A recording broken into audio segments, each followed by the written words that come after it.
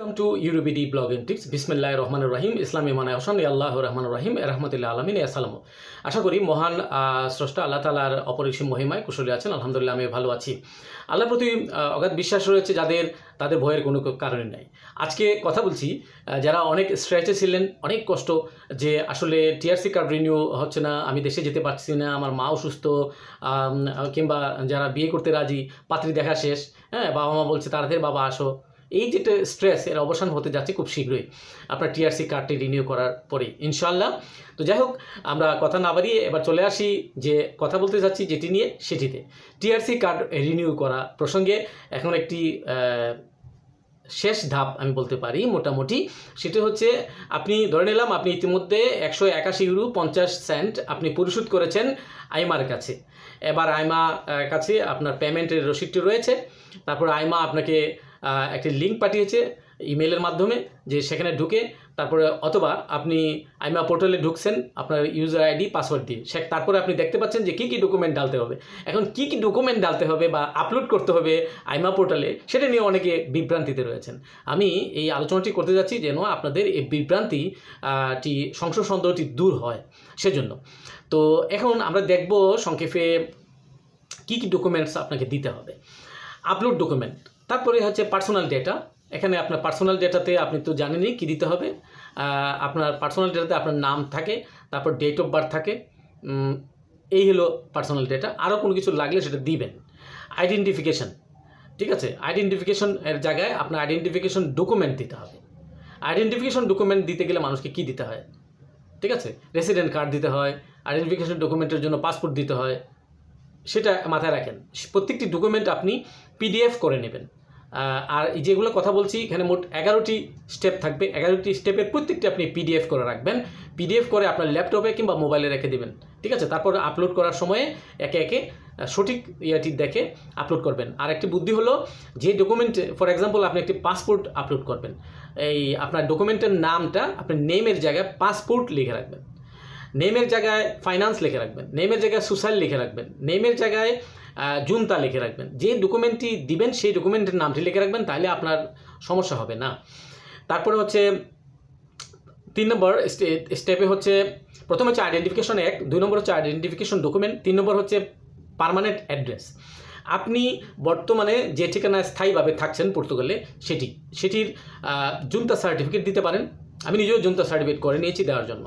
তারপর হচ্ছে আপনার বাসার যদি জব কন্ট্রাক্ট থাকে, হাউজিং কন্ট্রাক্ট থাকে, সেটিও আপনি প্রুফ হিসেবে দিতে পারেন।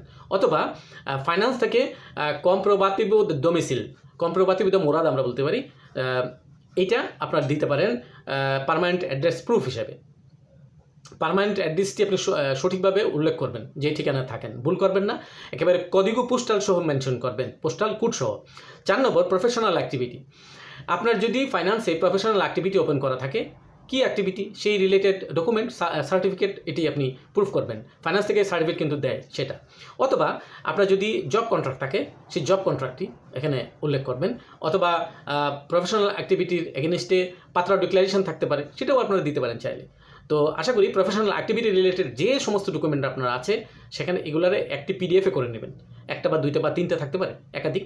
একটি পিডিএফ ডকুমেন্টে স্ক্যান করে নেবেন 1 2 3 করে, তারপর আপনি একসাথেই সাবমিট করতে পারেন। 5 নম্বর হচ্ছে পাসপোর্ট। আপনার মেয়াদ রয়েছে এরকম একটি পাসপোর্ট অবশ্যই আপনি দিবেন, এখানে আপলোড করবেন।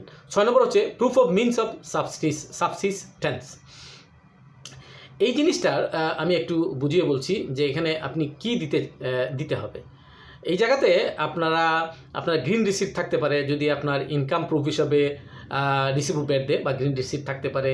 তারপরে স্যালারি রিসিভও থাকতে পারে, পে স্লিপ যেটাকে বলি, অ্যাটলিস্ট 3টা লেটেস্ট পে স্লিপ সাবমিট করবেন, যেটা আইমার বা সেফের একটা রেওয়াজ। তারপরে হচ্ছে আরও কোনো ইনকাম প্রুফ থাকলে সেটি সাবমিট করবেন। পাশাপাশি আপনি ব্যাংকের স্টেটমেন্টও দিতে পারেন, ঠিক আছে। ব্যাংকের স্টেটমেন্টে যেখানে প্রতি মাসে আপনার বেতন বা রেগুলার ইনকাম ঢুকতেছে, এখানে এটা যেন রিফ্লেক্ট করে আপনার ব্যাংকের স্টেটমেন্টে, সেটি আপনার এই proof of means of subsistence এই জায়গাতে আপনি দেখাবেন। 6 নম্বর। 7 নম্বর হচ্ছে প্রুফ অফ অ্যাকোমোডেশন। আপনি যে থাকতেছেন বাসস্থানের প্রমাণ। বাসস্থানের প্রমাণ হিসেবে আমরা কি দিতে পারি, হ্যাঁ, প্রথমে যদি আপনি পার্মানেন্ট অ্যাড্রেস হিসেবে দেখেন তাহলে সেটা আপনি জুনটা দেখাই দেবেন, আর এখানে আপনার অ্যাকোমোডেশন হিসেবে আপনি হাউজিং কন্ট্রাক্ট দেখাইতে পারেন, ঠিক আছে। অথবা অল্টারনেটিভ ওই যে আমি বলছি যে ফাইন্যান্স থেকে যে সার্টিফিকেটটা দেয় অ্যাড্রেস প্রুফ, অ্যাকোমোডেশন প্রুফ হিসেবে দেখাইতে পারেন। 8 নম্বর হচ্ছে proof of regularise tax status. এখানে আপনার আইআরএসটা দিতে পারেন। ট্যাক্স স্ট্যাটাস আপনি যে লেটেস্ট 2024 সাল 25 সালে রিনিউ করতেছেন, 24 সালের আইআরএসটি দিতে পারেন, ঠিক আছে।